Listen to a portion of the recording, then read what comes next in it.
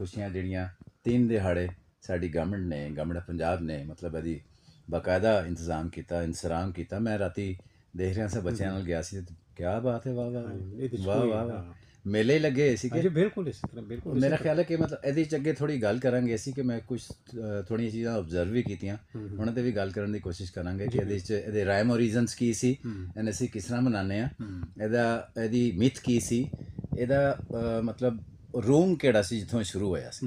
ਸੋ ਉਹਦੇ 'ਤੇ ਗੱਲ ਕਰਾਂਗੇ ਇਨਸ਼ਾਅੱਲਾ। So please continue with that. ਜੀ ਬਿਲਕੁਲ ਬਿਲਕੁਲ ਇਹਦੇ 'ਤੇ ਗੱਲ ਕਰਾਂਗੇ ਸ਼ਿਵ ਸਾਹਿਬ। ਬਲਕਿ ਮੈਂ ਆਪਣੇ ਮੌਜੂਦ ਸਾਹਮਣੇ ਨਾਲ ਗੱਲ ਕਰ ਰਿਹਾ ਸਾਂ ਕਿ ਬੜੇ ਵਰਿਆਂ ਬਾਅਦ ਹਕੂਮਤ ਪੰਜਾਬ ਨੇ ਖਾਸ ਤੌਰ 'ਤੇ ਮੁਹੱਬਤ ਔਰ ਸ਼ਫਕਤ ਦਾ ਮਾਮਲਾ ਫਰਮਾਇਆ, ਔਰ ਜਿਹੜਾ ਇੱਕ ਡਿਪਰੈਸਡ ਮਾਹੌਲ ਹੈ ਔਰ ਹਰ ਤਰਫ ਇੱਕ ਅਫਰਾ ਤਫਰੀ ਦਾ ਆਲਮ ਹੈ ਔਰ ਖੁਸ਼ੀਆਂ ਦਾ ਘਾਟਾ ਹੈ, ਇੱਕ ਇਹੋ ਜਿਹੇ ਮੌਕੇ 'ਤੇ ਕਿ ਸਾਡਾ ਇਹ ਤਿਉਹਾਰ ਹਕੂਮਤ ਪੰਜਾਬ ਨੇ ਸਾਨੂੰ ਜੀ ਜੀ ਇਹ ਬੜੀ ਸੋਹਣੀ ਗੱਲ ਹੈ ਨਾ।